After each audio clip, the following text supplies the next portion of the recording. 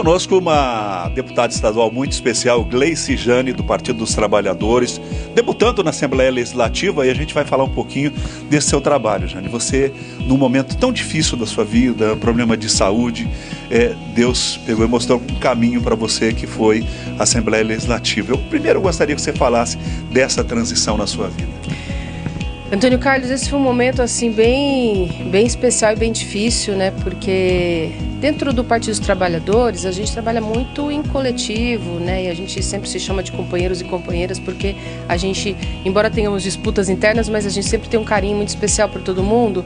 E naquele momento nós tínhamos um deputado que estava doente, que era o deputado Zeca. Na sequência eu adoeci também, estava internada no hospital. Logo na sequência a gente teve a morte de um companheiro também, que foi o Amarildo Cruz.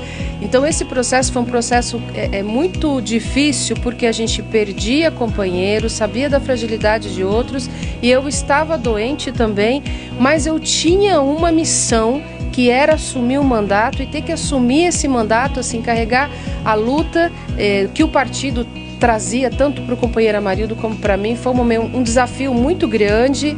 Passei aí desse período uns 5 meses ainda me recuperando, agora estou recuperada, graças a Deus, mas foram momentos difíceis, né? Mas uma coisa a gente nunca perdeu, que foi a fé, foi a esperança, foi o desejo de trabalhar para a população, e isso acho que me ajudou muito também a me recuperar. Isso ajudou bastante no processo da minha recuperação, inclusive de trazer para mim uma obrigação que era: agora eu tenho que cuidar da minha saúde todo momento, eu tenho que fazer exercício físico que eu não fazia antes. Então isso trouxe para mim também alguns benefícios pessoais, né, nesse processo, que é a obrigação de cuidar da minha saúde para poder dar conta desse trabalho que é bastante intenso. Nos momentos de crise, você chegou algum momento a pensar em não assumir? Num primeiro momento eu cheguei a pensar que talvez eu não tivesse condições, porque a morte do Amarildo aconteceu 11 dias depois que eu estava paraplégica, né? Eu tinha ficado sem movimento nenhum no hospital, e naquele momento eu também tinha tido uma paralisia cerebral, meu rosto também ainda foi afetado, e eu ainda tinha um pouco de dificuldade, muita dificuldade de mobilidade, de andar, mas eu tinha dificuldade às vezes de organizar uma frase do início ao fim, né? Então assim, isso tudo me fez pensar que talvez eu não fosse conseguir exercer o trabalho. Foi um momento difícil, mas em alguns dias depois, já com a fisioterapia, eu comecei a perceber que era possível. E os médicos, né, o pessoal da saúde também sempre me disse: olha, isso volta, fica tranquila, que vai dar certo. E eu demorei também para assumir, né? Eu assumi o mandato 1 mês depois que o companheiro Amarildo nos deixou essa missão. Então eu tive um tempo para me recuperar e para garantir que eu teria a condição de exercer bem o trabalho. Eu tinha uma preocupação não só de assumir o mandato, mas de assumir e realmente conseguir trabalhar. Como é que foi esse processo de recuperação? Eu gostaria que você falasse um pouquinho da sua doença, para que as pessoas pudessem entender também a sua luta. Eu tive uma síndrome de Guillain-Barré. Síndrome de Guillain-Barré é uma doença autoimune, uma doença rara. Ela acontece sempre depois de uma infecção viral ou uma infecção bacteriana. E a gente nunca sabe também que tem predisposição para ela ou que isso vai acontecer. No meu caso, eu demorei 14 dias para perder todos os movimentos. Então, do primeiro sintoma até o dia em que ela estabilizou foram 14 dias, e eu saio de uma condição boa e fico paraplégica, né? Então, mas ela é uma doença que pode levar à perda da vida, né? Porque ela ataca toda a musculatura. Então eu comecei a sentir dormência nas mãos, nos pés, nos dedos, porque ela vem de fora para dentro, né? Depois que ela ataca todos os braços, as pernas, ela também ataca a musculatura do coração, do pulmão, de todos os órgãos internos. Então eu cheguei a ter assim, sequelas para o processo de recuperação de estômago, né, de respiração um pouco ainda. Assim, demorei um tempinho ainda para me reestabelecer. O meu estômago, ele melhorou depois de 6 meses. Né, que eu passei a comer e ter uma digestão, porque a musculatura do meu organismo não estava ainda suficiente. E realmente a sensação que eu tinha é de que meus músculos todos derreteram e eu não tinha força para nada. Então eu fiquei exatamente sem molenga, sem força alguma, né? Mas a recuperação, eu tomava uma medicação para dor, porque ela também ela é uma doença do nervo que ataca a musculatura. e fazia exercício físico. Eu fiz muita fisioterapia e depois evoluí para o Pilates, onde eu ainda continuo fazendo Pilates e possivelmente vou ter que ainda evoluir para um outro exercício um pouco melhor ainda para dar uma corrigida em algumas partes que ainda não está totalmente restabelecida. Você tinha ido a Brasília inúmeras vezes com um sindicato. Como foi ir a Brasília como deputada estadual, conversar lá com os deputados? Brasília sempre foi um lugar que a gente sempre foi no movimento, na luta, como Campo Grande também, né? Campo Grande para mim sempre foi um lugar de ir lá para movimento, para trabalho e dessa vez virou um lugar que eu tenho que dividir todo momento, né?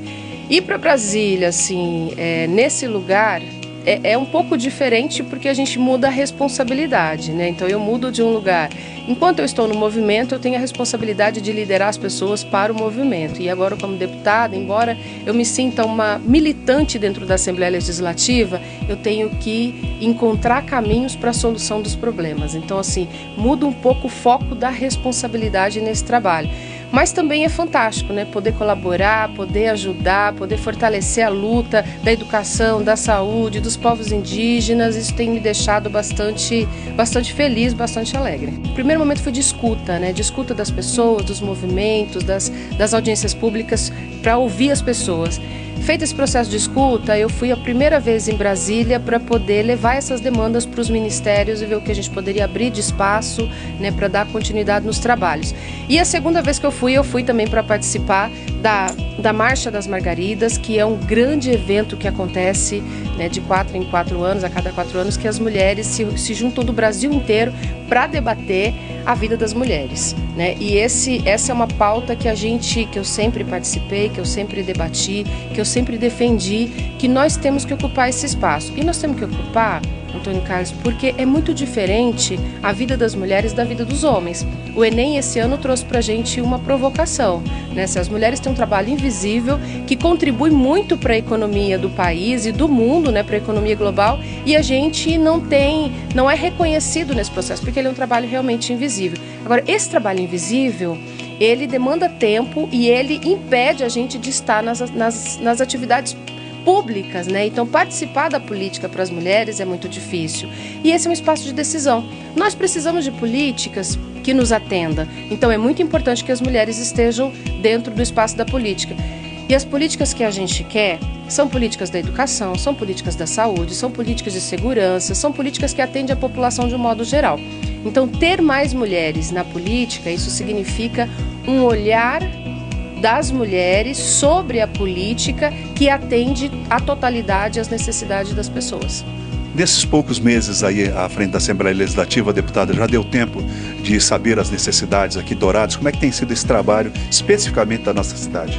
Bom, Dourados, como é a minha cidade, como eu sempre fui muito atenta à cidade, então para mim não tem sido muita novidade, né, dialogar pela cidade e acompanhar a problemática. Então, no geral, eu já tinha uma boa leitura das necessidades da cidade.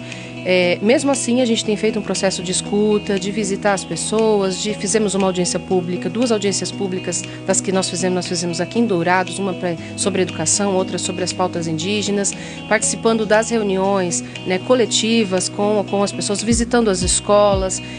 Então, a gente já tem um olhar sobre a cidade, sobre a necessidade, e a gente tem levado essas demandas a todo momento para a Assembleia Legislativa. Sobre política, o partido já chegou a falar, é claro que é evidente que vocês vão se reunir, vão discutir, mas chegaram a cogitar nome para a eleição do ano que vem? Você está à disposição ou não? Antônio Carlos, esse é um debate que a gente está fazendo intensamente no partido, e o PT, você também conhece um pouco o PT, sabe que o PT, quando tem disputa interna, é porque a gente está vivo, o PT está vivo, o PT está bem, o PT está forte, né? E nesse momento a gente tem duas pré-candidaturas já colocadas para o partido. Uma delas é o vereador Elias Exi, outra é o superintendente da SPU e também professor aqui da FGD, o Tiago Botelho.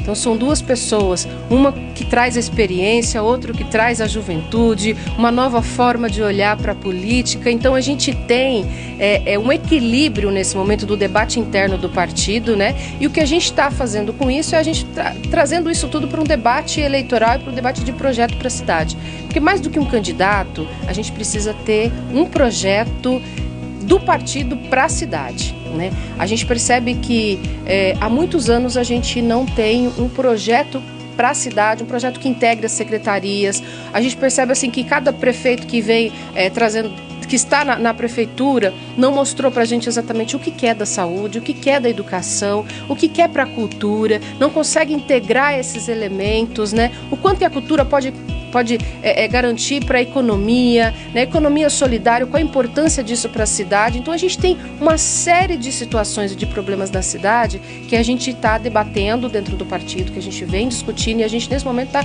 construindo esse projeto, fazendo esse debate e junto com isso discutindo as pré-candidaturas. Seu nome estaria à disposição?